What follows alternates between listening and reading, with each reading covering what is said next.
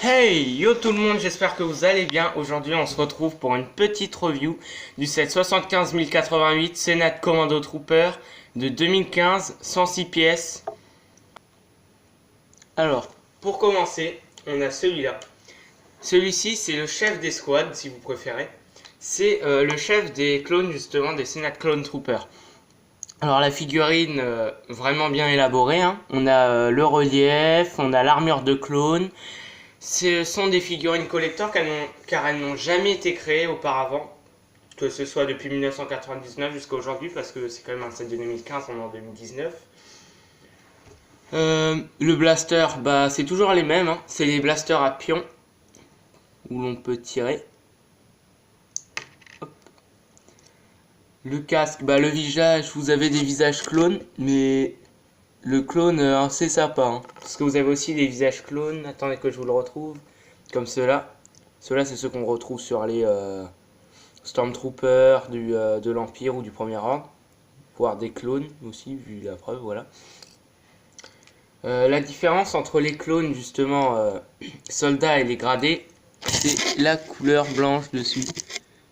Comme vous pouvez le voir juste là, voilà. Et voilà, donc on a justement le look des clones, donc franchement, déjà les figurines elles sont vraiment bien élaborées, la visière jamais vue auparavant, les casques personnellement, vous me direz en commentaire ou pas s'il y a des commentaires.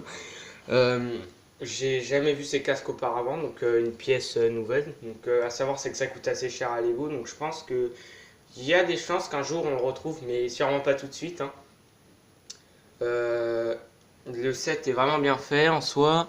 Les figurines, bah, comme je viens de le dire, elles sont vraiment complètes. Ouais, donc je le disais, le dos des figurines n'a pas changé, que ce soit pour le commandant justement ou les troupes normales. D'ailleurs, il me semble, ça comparé, j'ai l'impression que c'est les mêmes imprimés hein, qui sont sur les clones de base, les clones blancs, shiny ou des autres légions, genre 500e, etc., etc. Alors, voilà le set de base, donc du coup. C'est un canon anti-aérien justement qu'on peut retrouver dans The Clone Wars, comme les figurines d'ailleurs, hein. C'est des figurines de The Clone Wars, il me semble que je l'ai déjà dit, ou pas, j'ai oublié. Bref, peu importe, heureusement qu'il y a le montage. Donc du coup, donc oui, on a une pièce justement qui est faite exprès pour faire passer au 360 sur le canon anti-aérien. C'est les canons à 6 pièces justement.